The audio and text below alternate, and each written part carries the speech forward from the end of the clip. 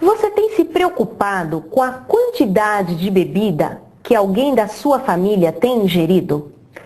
Você tem problemas financeiros em sua família por causa do hábito de beber de alguém dessa família? Você já ficou envergonhado ou magoado com o comportamento de algum alcoólico? Você tem medo da violência do alcoólico no seu lar? Se isso aconteceu alguma vez, está na hora de conhecer o trabalho do Al-Anon. De álcool e drogas. Já se faz extensa a lista de desgraças prestadas pelo uso de... Mas o ditado popular diz: Deus, quando fecha uma porta, abre outra.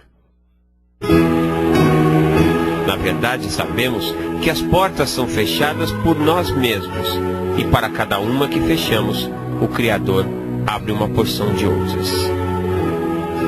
Uma destas muitas portas é o Al-Anon, anos de serviços prestados na prática do bem. São 4 décadas de amparo às famílias atingidas pelo álcool e drogas. Esse centro de recuperação é um modelo de 12 passos, que é a base do Al-Anon também, de Alcoólicos Anônimos. É um modelo de desintoxicação e conscientização através dos 12 passos. A proposta é de autoconhecimento, acho que é isso que familiariza muito essa vivência de Al-Anon com a recuperação. Então, assim, eu sou extremamente grata ao Al-Anon. O Al-Anon faz um trabalho importantíssimo de recuperação humana, né? Uma série de recursos e não tinha conseguido nenhuma ajuda efetiva. E foi aí que eu conheci os grupos familiares da Al-Anon. Ingressei em um grupo perto da minha casa. E lá eu, pela primeira vez em muitos anos, senti que não estava sozinha para segurar aquela situação. Existe alcoolismo dentro da sua família? Alguma vez você já procurou ajuda? Se você não sabe ainda como procurar esta ajuda, hoje nós vamos conversar com a Nilce Totino, que é diretora executiva dos grupos familiares Al-Anon do Brasil. Obrigada, Nilce. Era que o marido parasse de beber e ele estava sóbrio há algum tempo e mesmo assim ela não estava feliz com o fato dele não beber. Pela sua participação aqui. Eu que agradeço o convite. O que é o Al-Anon? O que significa essa sigla? Como é que ele surgiu, a história dele? O Al-Anon surgiu nos Estados Unidos em 1951, quando uma mulher descobriu que tudo que ela queria na vida, beber mais, e descobriu que ela precisava de uma ajuda para ela, porque conviver com o alcoolismo durante muitos anos, como foi o caso dela, a afetou emocionalmente, e ela precisava se tratar, assim como o marido na época. Hoje no Brasil, essa associação é uma associação de familiares, de amigos, ela teve uma expansão muito grande, deixou de ter um enfoque apenas para a esposa e cresceu, porque vimos que o alcoolismo atinge todos os membros da família. E até funcionários, amigos de trabalho que convivem com o alcoólico acabam sofrendo pelos efeitos da bebedeira de alguém. No Brasil, nós estamos há 40 anos levando essa mensagem de força e esperança através de grupos onde compartilham-se experiência, força e esperança. E tem algum significado o Al-Anon? Na época em que surgiu, ele estava ligado a Alcoólicos Anônimos. Hoje isso já se diluiu com o tempo, né? Por isso que somos chamados de grupos familiares Al-Anon. Como hoje para a gente está sendo aqui uma grande aula, e uma outra pergunta. Muito se usa a expressão alcoólatra. Eu particularmente conheço muito o alcoólatra. E você se refere a estas pessoas com o nome de alcoólicos. Existe diferença entre ser alcoólico e ser alcoólatra? A Organização Mundial da Saúde já reconhece hoje o alcoolismo como uma doença. E alcoólatra, ele ainda tem uma conotação extremamente pejorativa quando está se ligado à adoração ao álcool.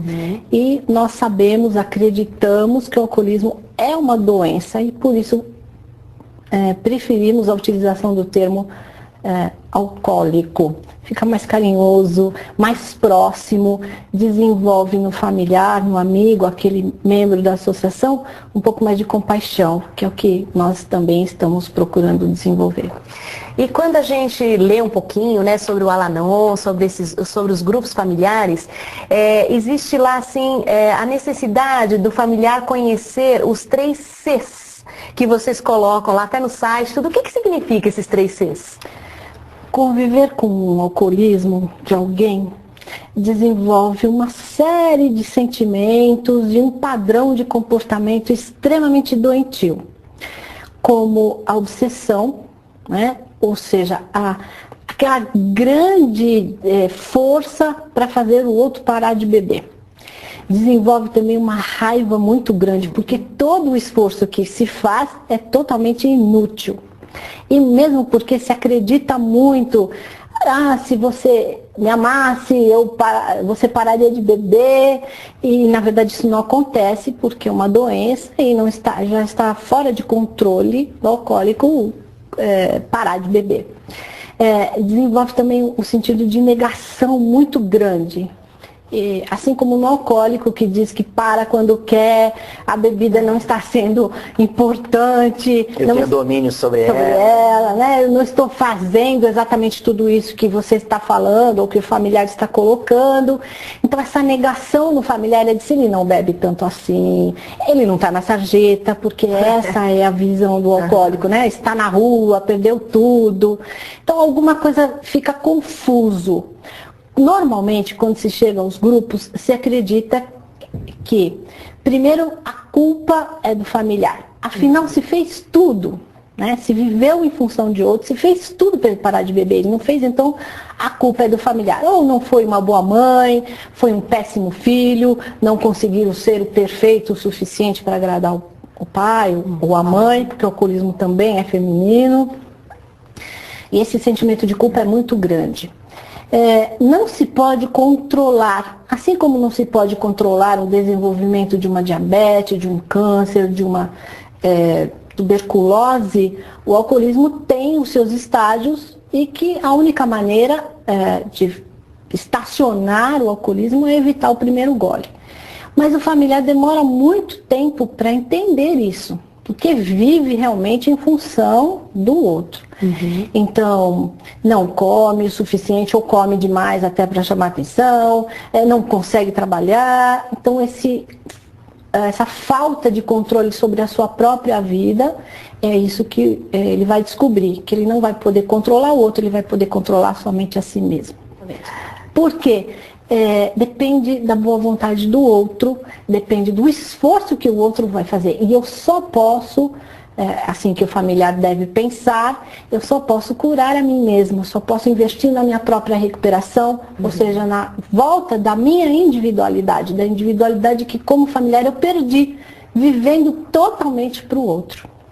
Certo. Então, é isso que se acredita nos grupos e que os membros praticam. E vocês tratam isso dentro do grupo, nas conversas? Isso. As reuniões têm uma dinâmica bastante interessante quando, num primeiro momento, baseado em literaturas que nós temos, que são experiências do mundo todo, falam sobre o seu problema de uma forma mais leve, né? Uhum. Mais livre.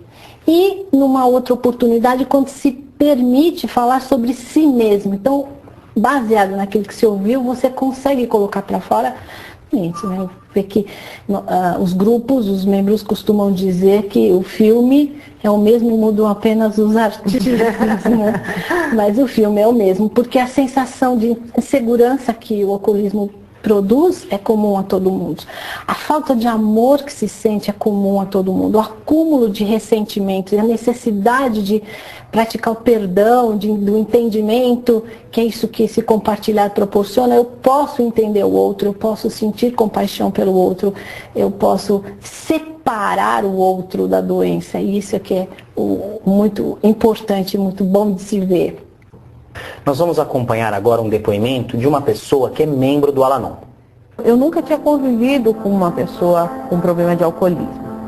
A minha família é muito pequenininha meu pai era filho único, minha mãe filha única, não tenho tios, não tenho primo, eu não vi isso. Muitas pessoas convivem, mas também não veem, né? Mas eu não vi nem convivi. Então eu não sabia o alcoolismo. Bom, eu ingressei no Al-Anon, na realidade, eu não conhecia o Al-Anon, nunca tinha ouvido falar. Mas estava sofrendo assim alguns anos com problema de alcoolismo aqui dentro de casa.